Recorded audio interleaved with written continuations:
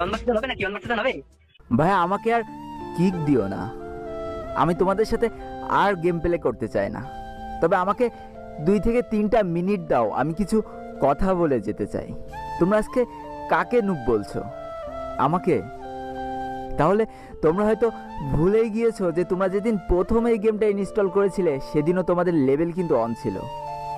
আর সেদিনও তোমরা আমার মতোই সাদা জামা আর এই কালো প্যান্টটা পরেছিলে। সেদিনও তোমাদের কাছে কোনো গান স্কিন আর কোনো ইমোট ছিল না। সেদিনও ঠিক আমার মতোই তোমরা অসহায় ছিলে। আর আজ দেখো তোমাদের কত অহংকার আর গর্ব।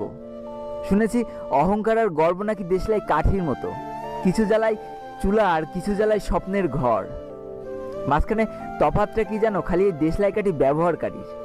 জানো তো আমি না তোমাদের মতো 10-12টা করে কিল করতে পারবো না। তবে আমার সব থেকে পছন্দের গানটা পেলেও না আমি তাড়াতাড়ি তোমাদের ডেকে দিয়ে দিই। তুমি যখন নকডাউন হয়ে যাও আর তোমার বাকি টিমমেটগুলো যখন কিল নেয় ব্যস্ত না, আমি ঠিকই তোমাকে তখন হিল দিতে চলে যাই, কারণ আমি তো নুব। অনেকবার হয়েছে কি জানো, হিল তো আমি ঠিকই দিয়ে দিয়েছি, কিন্তু অতগুলো ইনিমির মাঝখান থেকে আর আমি হয়তো বেঁচে ফিরতে পারিনি। তাতেও আমার কত আনন্দ যে আমি আমার পুরো টিমমেটটাকে তো হিল দিয়ে দিলাম, সে তো বেঁচে আছে, সে একাই খেলে দেবে।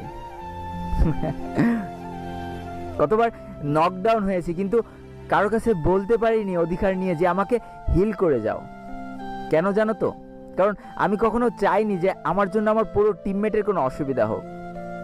চুপ করে দেখে যেতাম যে আমার লাল এইচপি গুলো আস্তে আস্তে কমে যাচ্ছে আর আমি মারা যাচ্ছি, কিন্তু তবু আমার বলার সাহস ছিল না যে আমাকে হিল করে যাও। আমার যতই এইচপি কম থাকুক না কেন, আমার ব্যাগে যদি একটাও মেডকিট থাকতো না, তবু আমার পুরো টিমমেট চাওয়ার সাথে সাথে আমি ব্যাগ খুলে দিয়ে